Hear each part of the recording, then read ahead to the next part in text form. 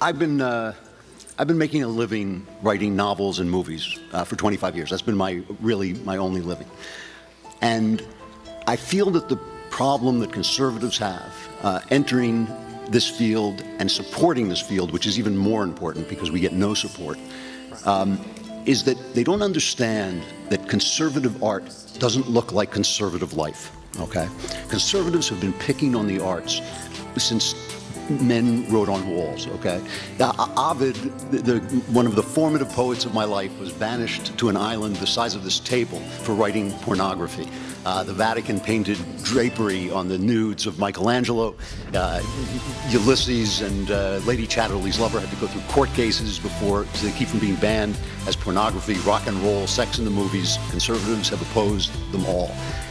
As a result of this clever strategy, there are now no conservatives in the arts. I mean, the arts are so completely dominated by the left that they can now blacklist us, and even worse, they can ignore and give bad reviews to good pieces and good reviews to bad pieces that support their politics, which they do.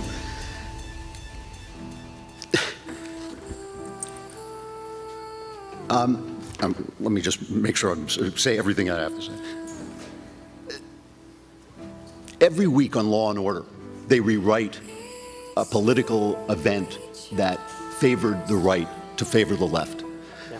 The movies that have been coming out for the last 40 years have been rewriting history and politics to do the same thing. Argo won the Oscar, I think, last year, and good movie. It's a good movie. It rewrote the Iran hostage crisis as being America's fault, and it rewrote Jimmy Carter as a competent president and a fine statesman who brought everyone out safely. Shoot me dead, please, okay?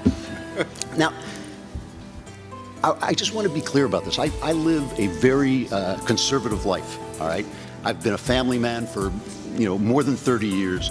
It may be too much information, but my sex life basically consists of my wife and watching Game of Thrones. That's it.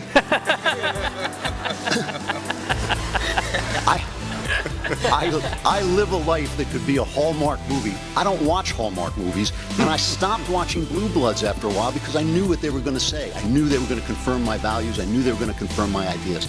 I want to see Tosca. I want to see Macbeth. I want to see The Sopranos. I want to see people commit adultery. I want to see sex. I want to see violence. I want to see murder. Because that's what those are the great stories. Those are the great stories that tell what the internal life of man is like. That's what the arts are for. They are for communicating what it is like to be a human being. You cannot do that on the Hallmark Channel, okay?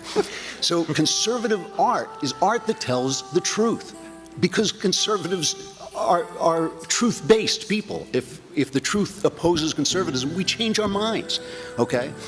What the left has done is they make good art that tells lies. And that's what we should be fighting. The right does not need, we do not need another pundit telling us about Miley Cyrus's backside. So help me, we do not need it. What we really do need, and we need it desperately, is we need think tanks, grants, awards, and more importantly than anything else, review venues that talk about the arts, that favor people who support the American ideal of individual liberty. I mean, right now, if my wife wants to hear about the new jazz artist or the great hot new television show or watch Bryan Cranston get interviewed or hear him get interviewed, she has to turn on NPR and get socialism with her culture. Where are we on this? We just are not supporting the artists who believe what we believe and who know what we know, and that's what we have to start doing.